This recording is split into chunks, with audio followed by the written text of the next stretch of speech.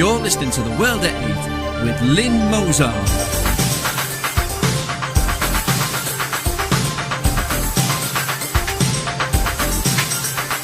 The World at 8, the number one in nationalist news.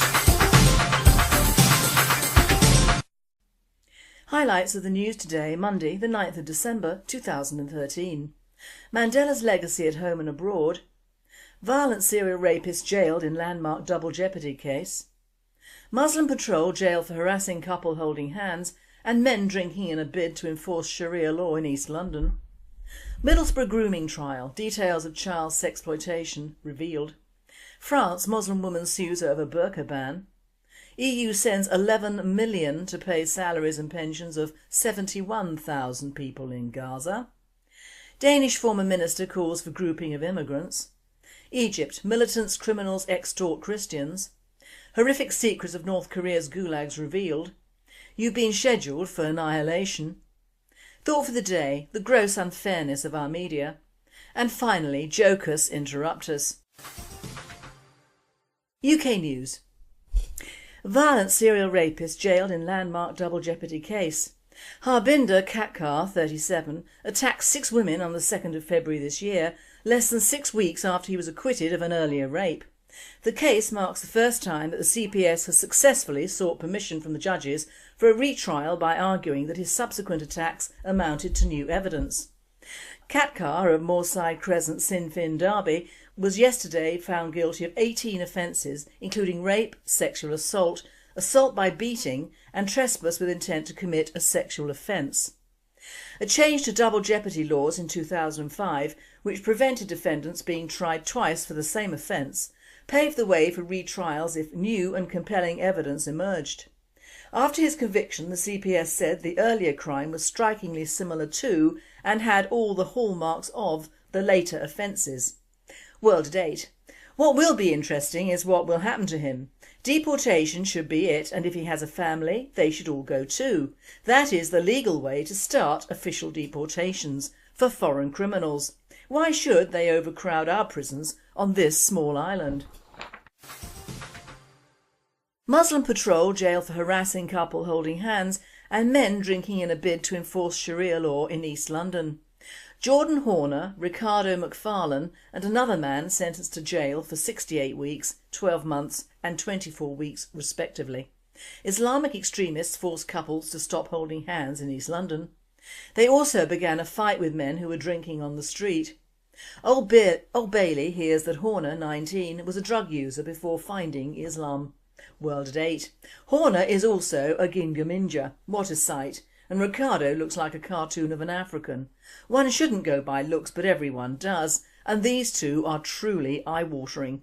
Apparently the third cannot be named for legal reasons. Why not? He isn't underage, is he? What can the legal reason be? Deportation for anti-British activities suits me. Middlesbrough grooming trial, details of child sex exploitation revealed. The underage victim of Shakil Munir believed she was getting into his taxi to go and get some cigarettes. It was the stuff of any parent's nightmares. A young daughter leaving her home alone in pyjamas, dressing gown and slippers and getting into the taxi of a predatory older man. The underage girl believed cabbie Shakil Munir was taking her to buy cigarettes. But he took the 14-year-old to a lay-by on the A19 and had sex with her in January this year. A 17-year-old boy has been found guilty of grooming and sexually exploiting teenage girls on Teesside. Atiq Latif from Middlesbrough was found guilty a day after the jury at Teesside Crown Court found taxi driver Shakil Munir, 32, guilty of charges involving girls aged 13 and 14. A third man, Saqib Ahmed, 19, pleaded guilty to exploiting 5 victims. The men, all from Middlesbrough, were loosely connected, the court heard. 2 18-year-old men were cleared. Judge John Walford lifted orders banning Ahmed's guilty pleas and Latif's identity being reported. World at 8. Good for the judge. What are these men on? The English water is clearly good for them, if not our own. Deportation for them and their relations, and of course they are all loosely related. The whole communities are loosely related, in crime of course. European news. France, Muslim woman sues over burqa ban. The European Court of Human Rights, ECHR, has opened a landmark hearing to consider the legality of France's ban on wearing Islamic veils in public places. The Strasbourg-based ECHR enforces the European Convention on Human Rights, and its jurisdiction is compulsory and binding for all 47 member states of the Council of Europe. The court's ruling, expected to be issued sometime during the middle of 2014, will determine the fate of the debate over so-called burqa bans that have been raging across Europe for many years. This is the first time the supranational ECHR has agreed to consider the legality of the face-covering niqab or the body-covering burqa in public spaces in a European country. World at 8. France is now a socialist communist country and will undo any good that Sarkozy did. They will do a U-turn on this one, I believe. EU sends 11 million to pay salaries and pensions of 71,000 in Gaza. The European Union has contributed approximately 11 million euros to the payment of the November salaries and pensions of around 71,000 Palestinian civil servants and pensioners in the West Bank and the Gaza Strip. This contribution, made through the Pegasus mechanism, is funded by the European Union, 10 million euros, and the government of the Netherlands, about 1 million euros. For many years the EU has been the biggest donor and most reliable partner to the Palestinian Authority. Today's contribution to salaries and pensions is further evidence of our unimpeded support for the Palestinian people, which will continue in 2014, said the EU representative John Rutter. As well as helping to meet a substantial proportion of its running costs, European funds help support major reform and development programmes in key ministries to help prepare the Palestinian Authority for statehood. World at 8. What is Europe doing meddling in the Middle East? These funds should go into making refugees stay in their own countries by giving them some of the benefits they only get by coming to the UK or Europe. It could halt the tide of the needy, not fund terrorism. Danish former minister calls for grouping of immigrants.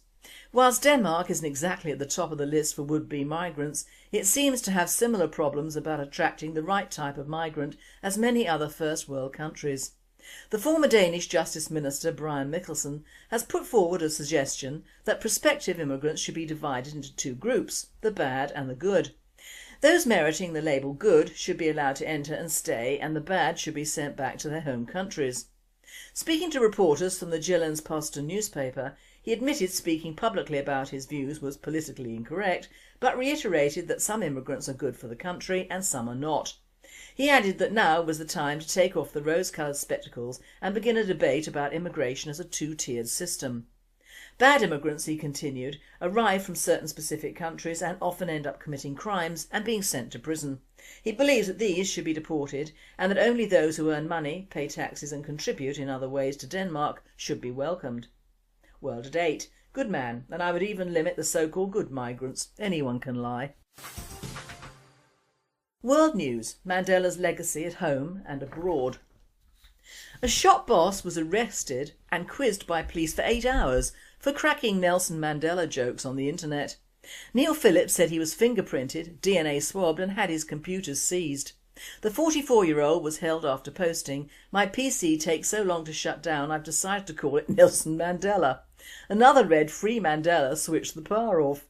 Mr Phillips, who runs Crumb Sandwich Shop in Rugeley, Staffordshire, was arrested after complaints by Councillor Tim Jones about the one-liners aired when the anti-apartheid hero was critically ill.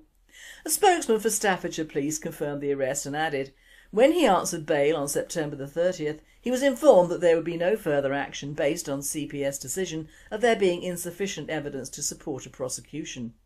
Staffordshire is beginning to sound a lot like South Africa, where Mandela has bequeathed South Africa a one-party state ruled by the increasingly tyrannical and kleptocratic ANC/SACP, which is leading the country down the path towards economic destruction, record-level violent crime, chaos and genocide. Where 68,800 whites murdered since 1994.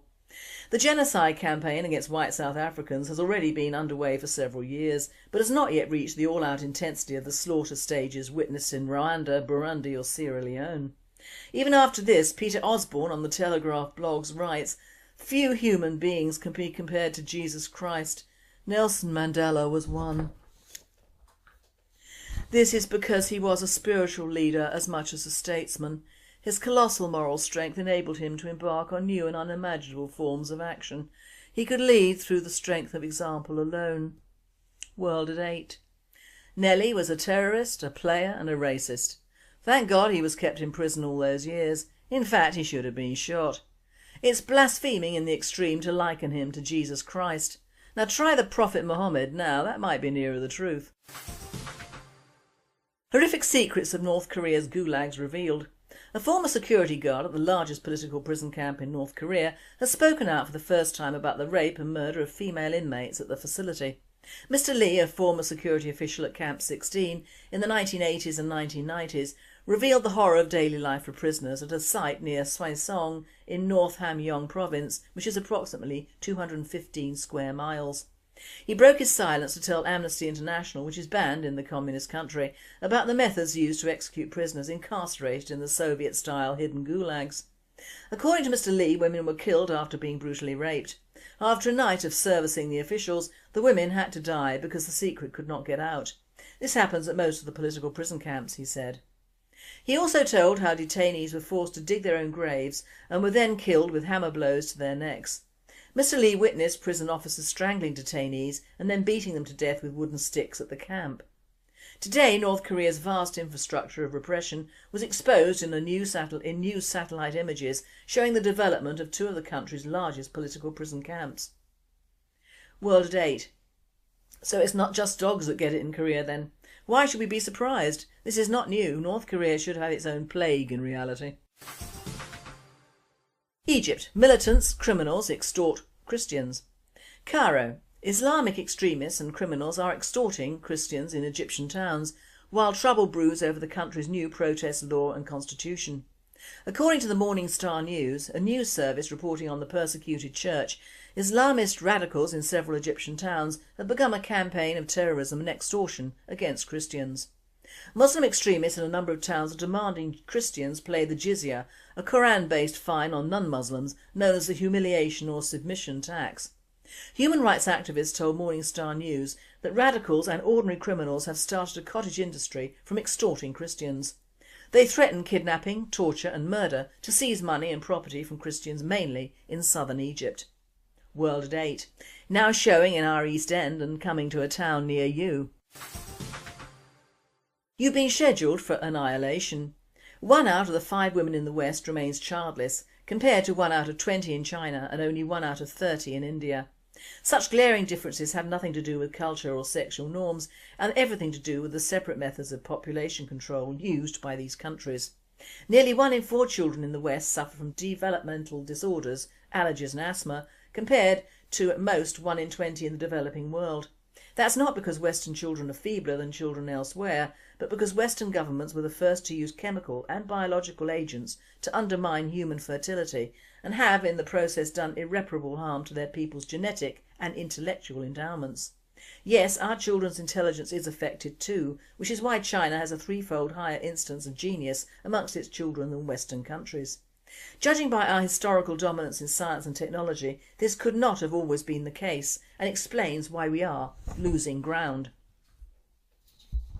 More than half of the adults in Western countries suffer from illnesses conveniently attributed to poor diet and lack of physical activity, heart disease, diabetes, obesity and cancer, but are in fact the results of endocrine disrupting poisons deliberately fed to us through the basic elements of life, food and water. World at 8. And of course the social media pushing our young women to work all their lives discourage young men from working and thus providing for babies and bringing in ethnics to take our place. It is all a plan, as was the birth control pill and the wonderful new news that sex was good and permissive for literally everyone. HIV didn't help that because it leapt the gender barrier. I took the pill for a year and it almost killed me. God help girls who've been on it 25 years or more. I'm not a moralist. Anyone can sleep with whom they like, but laziness is a terrible disease. Try something else other than the pill, or simply say no until the time is right. We are not producing any more children as a race than we were 50 years ago. In fact, we are producing less, which was, of course, the whole idea. Thought for the day: the gross unfairness of our media. I think I'm speaking for all nationalists, whether BNP, EDL or whatever, when I say that we have seen through the last few years of every sort of evasionary journalism to literally no journalism or coverage for anything and everything pertaining to our cause coming into print. Unless of course it is some poor idiot who has lost his village or mind shooting up a town or school and being, of course without fail, either an old British National Party member or just a lonely past obsessed simpleton with the obligatory swastikas hanging on his wall. We're used to that form of so-called publicity and true nationalists don't believe it, whilst the sheeples don't really care either way. But even I am surprised at the sheer volume of crap being written about the dead black terrorist that went by the name of Nelson of all things. And frankly, the sort of column he should be sitting on isn't printable or sayable in even his rotten society. I won't touch on Nelly too much, because so much has been and is being written about him and his life and his family and his innermost thoughts and fears, and on and on and on, where no sensible man dares to go. But I will say, and no doubt will aggravate a goodly portion of listeners, maybe, that it's strange that where there was dark there is light, or rather, have you noticed that all these saintly men have advocated peace to the masses whilst having risen to positions of power by anything other than that particular methodology? All of the most recent peacemakers, and I use that term very, very loosely, have come from tribes who aren't and never have been peaceful or had peace in their culture or religions. Gandhi, Indian, and Nelly, African. Also strange is the way in which, after having killed or caused to be killed their opposition, they leap on the peace bandwagon with such ease. No, it isn't in all truth. Why? Because since the end of World War II, the modern world doesn't trust anyone who says or sees it as it is, and most, if not all, the true dictators we've known since those times have been the peacemakers, or rather the wolves in sheep's clothing. And I have always said it, rather a dictator who speaks the truth but helps his country than a man of peace who tells lies and allows everyone else to help his country. In fact, both Gandhi and Nelly became past masters at simply doing very little at all. Gandhi because he was basically a very lazy, laid-back sort of Indian, and Nelly because he let the race card do it all for him. I had very little time for either of these men, as you might have gathered, but our media is really working overtime with Nelly bums, aren't they? Of course there is a lot to hide from the great British public now. Apart from the main and old message of Christmas, which doesn't seem to see the light of day, apart from food adverts or very pricey presents in the Sunday papers, the fact that very few of our towns or villages seem to be doing Christmas lights this year, courtesy or rather not of their local councils, the facts and figures on the economy are being hidden or fiddled, the differences and changes in our once fairly stable society are shifting, and the previously small instance of racial intolerance, as it is classed, are growing daily and are subsequently not reported in our nationals. The important news is hidden. Thus, how we treat our armed forces in the shape of Royal Marine blackmen is grudgingly given written voice, but the basic truth remains the same. How come this exemplary soldier was reported, and how come this report was followed up? It should have been hidden. It was an act of war in a war, and he was doing what our armed personnel should be doing, killing the enemy, whether wounded, having a picnic, whatever. He shouldn't have his sentence cut down. He should be released immediately. But no, an old black terrorist who has managed to father from behind bars a really horrific and almost laughable African family has finally carked it. And you will find not only our media doing lip service, but most of our actors and celebrities, especially the not doing so well nowadays ones, and of course the black ones are weeping and a wailing and a renting of clothes and dreadlocks. My only sorrow is that Nelly will not be burnt on a huge pyre, and all his followers' family a weeping and a wailers won't be chucked on to keep him company in his great kraal in the sky. Oh sorry, he wasn't a Zulu, was he? But I can still imagine the CD that will hit the rigged charts perhaps early next year, titled Freedom or some such rubbish, with all the hype and publicity that Di's Candle in the Wind had, only where to send the royalties to? Well, here are a few suggestions.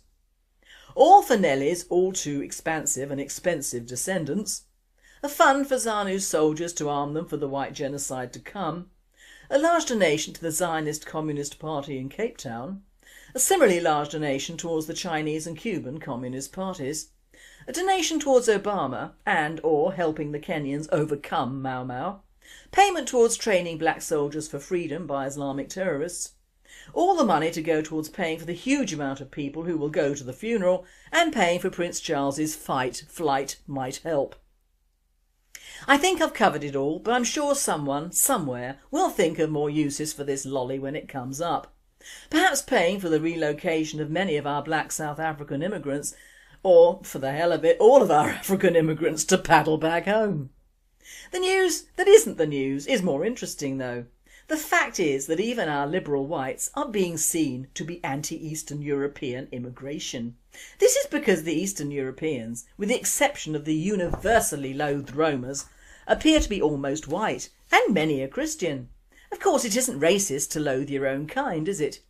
But all this malarkey over the next year is really diverting the river when it's almost reached its end path. It is too little and much too late. Our so-called French allies are once again rebuilding Sangatte because they're being overwhelmed and their mayor is allowing £70,000 for a shelter with running water, heating and toilet block for the 110 Syrians, Eritreans and Afghans who will come to the UK, and many more using this jumping block, because who will stop them? Our authorities? But in all truth, millions of these people are already here and still coming over, be it Romanian or Afghans. The basic truth of the matter is that they will continue to come and be looked after, housed and paid for, because our governments and our people simply don't have the guts to do anything else, like say no more. In the world 150 years ago, I was actually not alive then, if this sort of migration was undertaken, which it wasn't, at least country to country or landmass to landmass, you'd have died and no one would have remarked on it. Boats would have sunk, people would have starved, and many so-called refugees would have been killed on their home fronts, not free to litter up the rest of the world and cause trouble wherever they go.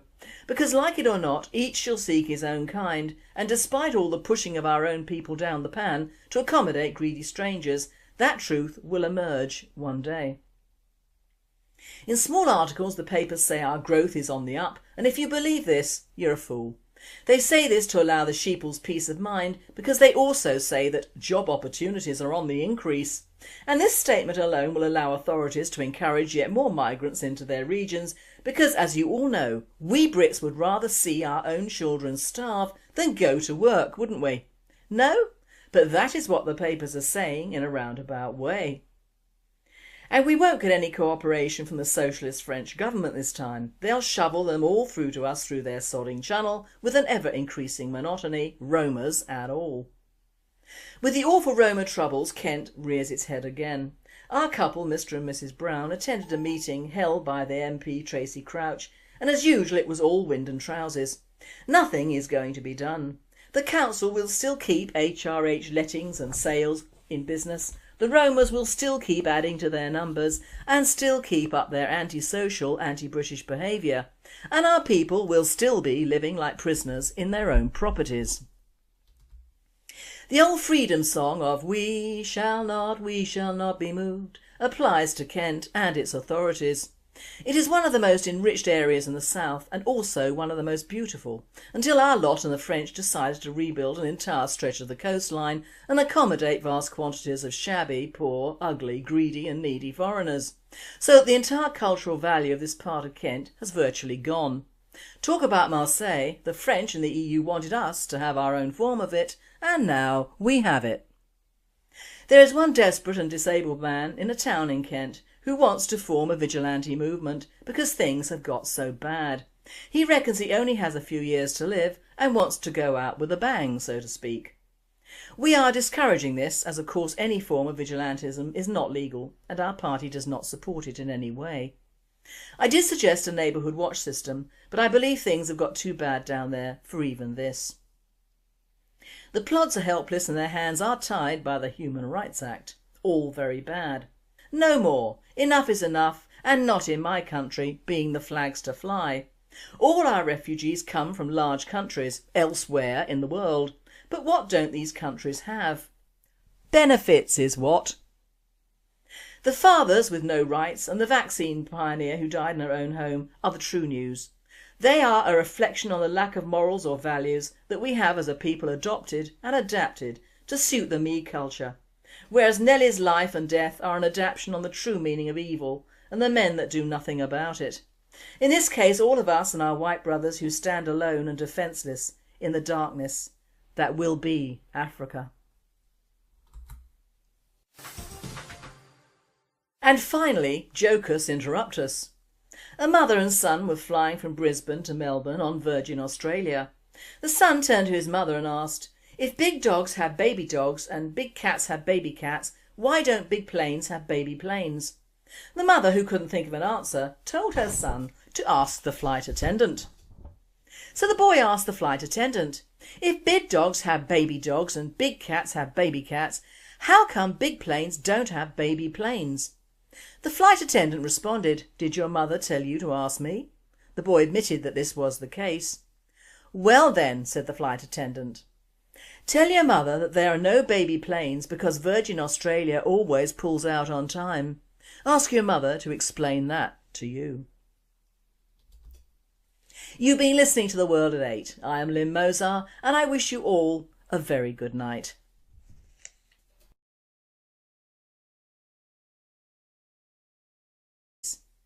Muslim patrol jail for harassing couple holding hands and men drinking in a bid to enforce Sharia law in East London. Middlesbrough grooming trial, details of child sexploitation revealed. France, Muslim woman sues over burqa ban. EU sends 11 million to pay salaries and pensions of 71,000 people in Gaza. Danish former minister calls for grouping of immigrants. Egypt, militants, criminals extort Christians. Horrific secrets of North Korea's gulags revealed. You've been scheduled for annihilation. Deportation should be it, and if he has a family, they should all go too. That is the legal way to start official deportations for foreign criminals. Why should they overcrowd our prisons on this small island? Muslim patrol jail for harassing couple holding hands and men drinking in a bid to enforce Sharia law in East London. Jordan Horner, Ricardo McFarlane and another man sentenced to jail for 68 weeks, 12 months and 24 weeks respectively. Islamic extremists force couples to stop. Thought for the day, the gross unfairness of our media. And finally, Jocus Interruptus. UK News. Violent serial rapist jailed in landmark double jeopardy case. Harbinder Katkar, 37, attacked 6 women on the 2nd of February this year, less than 6 weeks after he was acquitted of an earlier rape. The case marks the first time that the CPS has successfully sought permission from the judges for a retrial by arguing that his subsequent attacks amounted to new evidence. Katkar of Moorside Crescent.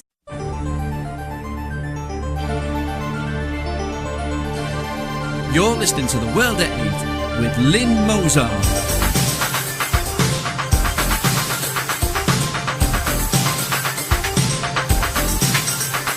The World at 8, the number one in nationalist news.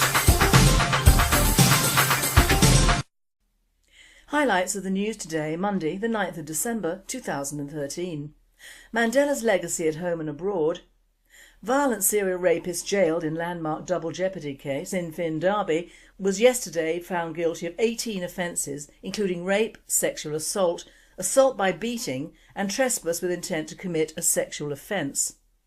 A change to double jeopardy laws in 2005, which prevented defendants being tried twice for the same offence, paved the way for retrials if new and compelling evidence emerged. After his conviction, the CPS said the earlier crime was strikingly similar to and had all the hallmarks of the later offences. World at 8.